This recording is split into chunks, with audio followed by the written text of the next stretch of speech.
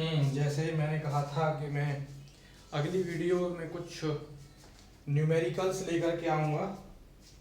तो ये एक पहला न्यूमेरिकल है जो मैंने लिख दिया है यहाँ पर। इसको देखिए, आज मैं 2-3 न्यूमेरिकल करने की हम लोग कोशिश करेंगे, आज प्रैक्टिस करेंगे न्यूमेरिकल्स की। तो देखिए, सबसे पहले क्या लिख रहा है, क्वेश्चन को आप लिख लीजिएगा। मैं डायरेक्टली यहाँ से करना शुरू करता हूँ। कह रहे हैं कि this is a wall of the furnace. ये किसी फर्नेस की वॉल का एक यहाँ पोर्शन शो किया गया है।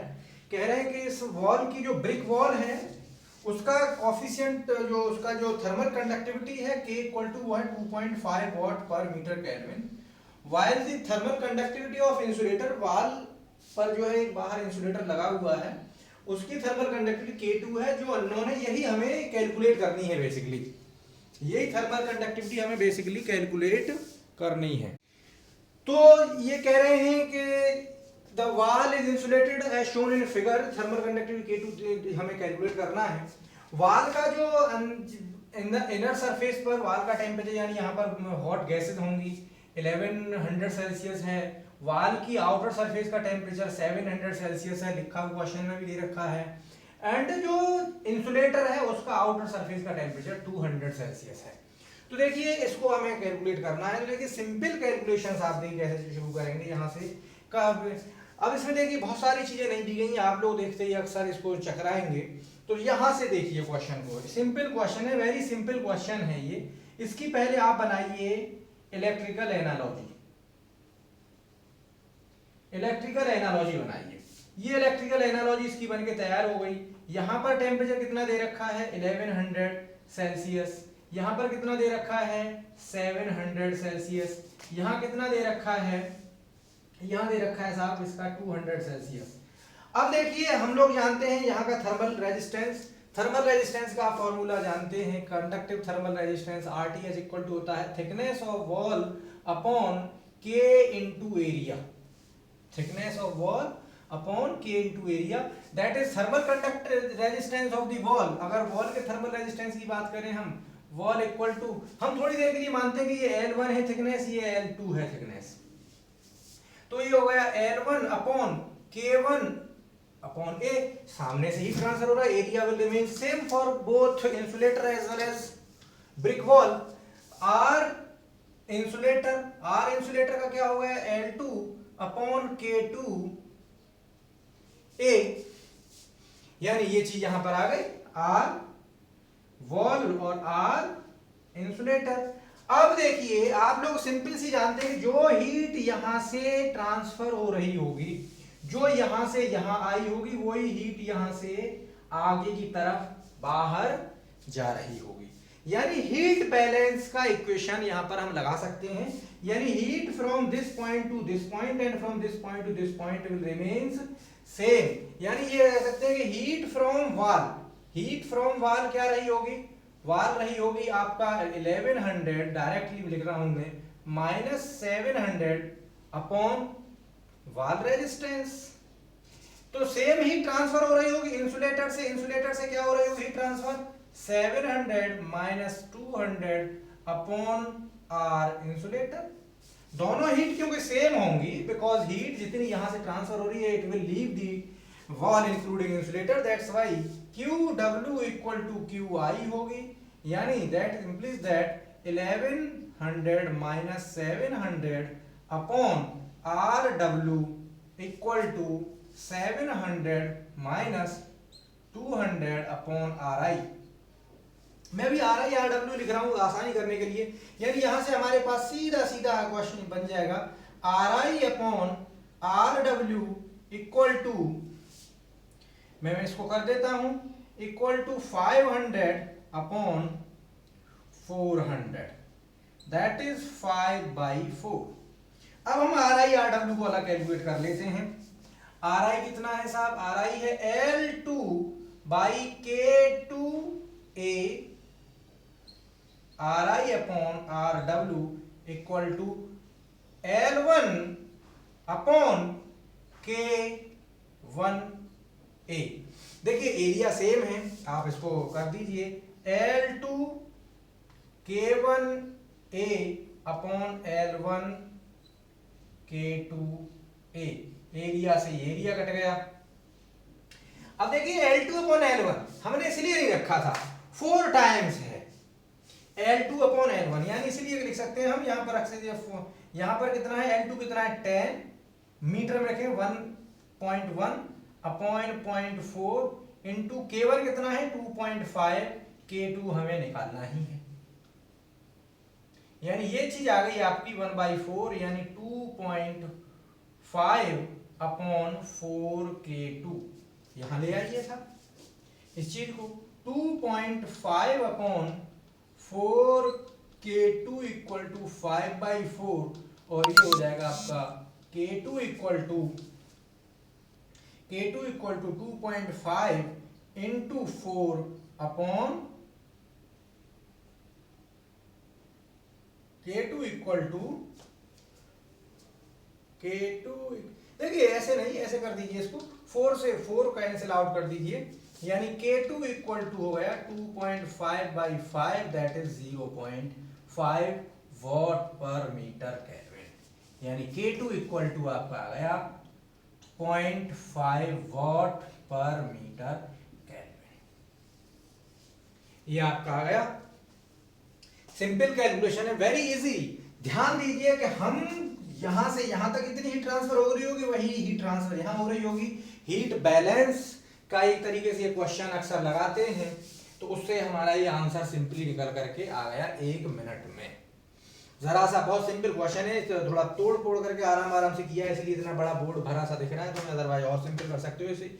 अब देखिए यहीं पर मैं आपको बता दूं, यहीं पर इसी तरीके का क्वेश्चन इसी पर बेस्ड एक और बन सकता है। वो क्या बन सकता है कि हमें हो सकता है कि यहां से यहां तक हीट जा रही है, सेम यहां से यहां तक जा रही है, K2 न कह करके हो सकता है बीच का टेम्परेचर पूछ लेते, इक्वेशन यही दो बनते, K2 दे रखा होता, कोई बीच वाला टेम्परेचर नहीं दे रखा होता, हमारा इन दोनों के इक्वेशनों को इक्वल करके हम बीच का टेम्परेचर निकाल सकते थे। तो कभी कभी ऐसा भी क्वेश्चन आ जाता है कि calculate the temperature of the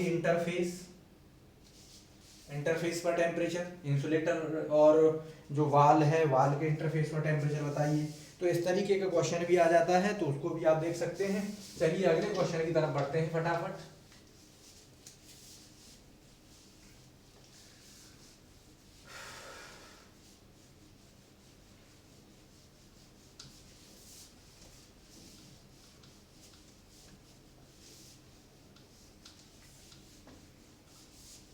अगले क्वेश्चन की तरफ बढ़ते हैं। बड़ा अच्छा क्वेश्चन है, ये भी बड़ा सिंपल क्वेश्चन है। क्वेश्चन लिखिए, steel plate of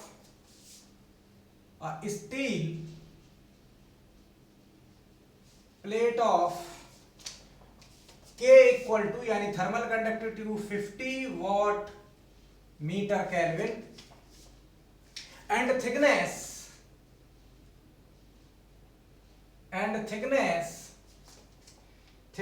10 centimetre, 10 centimetre, thickness 10 centimetre, passes a heat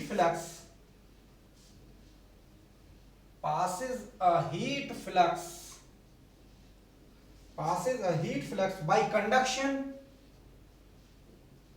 जाहिर सी बात है कंडक्शन से ही होगा, लेकिन लिख रहे हैं, अब क्वेश्चन देखते हैं। Conduction 25 watt per metre square, kilowatt per metre square if the temperature of hot surface, कह रहे हैं if the temperature of hot surface, if the temperature of hot surface of plate is 100 degrees Celsius, then what is the temperature of the cooler side? Then temperature of cooler side का temperature पूछा है, then temperature of the cooler side। तो देखिए साहब, बड़ा मुझे तो बड़ा आसान सा ही क्वेश्चन लग रहा है। कह रहे हैं कि एक वॉल है, पहले फटाफट सिस्टम बना के तैयार करते हैं। देखिए जैसे पहला क्वेश्चन था, हो सकता है कि पुराने वाले क्वेश्चन को जरूरी नहीं है कि जैसे हमने डायग्राम बनाया था वैसा दे, कभी कभी क्वेश्चन को पूरा थ्योरी में भी लिख सकता है, तो डायग्राम तो मैं खुद बनाना पड़े, जैसे यहाँ पर छोटा सा है, तो कह रहे हैं कि इसकी जो थिकनेस है वो 10 सेंटीमीटर है, the thickness of the plate is 10 centimeter and thermal conductivity of this is 50 watt per meter Kelvin and कह रहे थे heat transfer rate, heat transfer Q flux दे रखा, heat transfer rate is 25 kilowatt per metre square. Please note that heat transfer rate अगर heat transfer flux कह रहे हैं तो per metre square per unit area से होता है। ये बस फ्लक्स में और हीट ट्रांसफर रेट में बस छोटा सा माइन्यूट डिफरेंस है। If we are saying that heat transfer rate then it will be 25 kilowatt. If we are saying heat flux then it is watt per meter square. अच्छा, अब कह रहे हैं if the surface temperature, hotter surface for example heat is transferred from this direction to this direction, then temperature of the hotter side is 100 degree Celsius, the temperature of cooler side वो पूछ रहे हैं cooler side का temperature क्या होगा।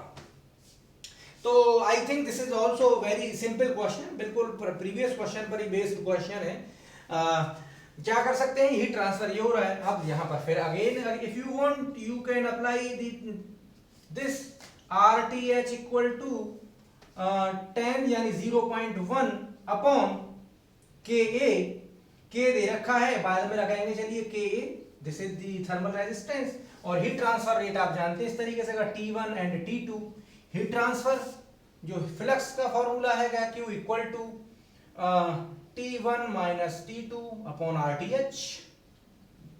क्या हुआ यानी T1, अब यहां से आपको ये एरिया निकल के आ जाएगा आपके लिए, तो वो हमें Q निकालना होगा इससे। तो ये क्या हो जाएगा Q, ये क्या आ रहा है Q अभी, this is the Q of heat transfer rate. तो देखिए यहां से आ जाएगा आपका T1 माइनस T2 अपॉन, मैं भी इसको B ही कह रहा हूं, विड्थ थिकनेस हमारी B है, तो ये हो गया B upon KA, that is KA T1 minus T2 upon B। Heat transfer rate देखिए equal to Q equal to KA, again write कर रहा हूं आपकी वजह से थोड़ा सा और एक स्टेप लिख रहा हूं। देखिए A को यहां ले आता हूं मैं, Q upon A equal to K T1 minus T2 upon B. What is this? This is watt per meter square. That is heat flux. This is heat flux. यानी heat flux कितना दे रखा है, 25 kilowatt per metre square, 25 kilowatt per metre square, यानी this is equal to this. पूछा क्या है हमें, temperature पूछा एक का, हम कर देते फटाफट T1 minus T2 equal to 25 into B कितना है 0.1 इंटू किलो है तो 10 टू पावर 3 कर लेते हैं क्योंकि this is kilo, upon K 25 sorry 50 से 2 टाइम कट जाएगा, कितना हो गया 0.1 into 10 to power 3 by 2, that is 500। क्या आ गया T1 minus T2 equal to 500, यानी T2 equal to T1। I think we have made a mistake. Please find that mistake.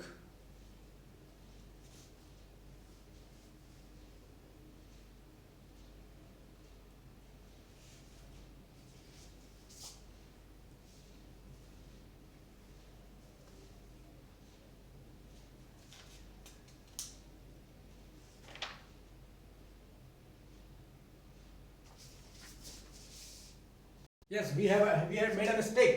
500 नहीं 50 आएगा, 50 यानी T2 equal to T1 minus 50, that is T2 equal to 50 Celsius, 50 Celsius. तो ये आपका answer आ गया, यानी जो कूलर वाल्व का टेम्परेचर है वो 50 सेल्सियस होगा। Very simple question. इसी तरीके के क्वेश्चंस अक्सर आते रहते हैं, काफी इजी क्वेश्चन है। 2 क्वेश्चन मैंने इस वीडियो में किए हैं, 2 क्वेश्चंस के लिए एक अलग वीडियो बनाऊंगा। वीडियो अदरवाइज थोड़ी सी बल्की हो जाती है, अपलोड करने में प्रॉब्लम आती है। और आप लोगों को ये भी बता दूं, आप लोग इन क्वेश्चंस को कर चुके होंगे तो आप थोड़ा सा अपने आप में और प्राउड फील करें कि these are the question which have been asked in GATE and IES। देखिए this question is asked in IES exam. आप इस बात को सुन करके आप टेंशन मत आइए, बहुत सिंपल क्वेश्चन है, आपके लिए कोई टफ क्वेश्चन नहीं है। और जो प्रीवियस वन क्वेश्चन था वो गेट में पूछा हुआ क्वेश्चन है, तो आसानी से आप क्वेश्चन लगाइए। Thank you. अगले क्वेश्चंस के लिए तैयार रहिए।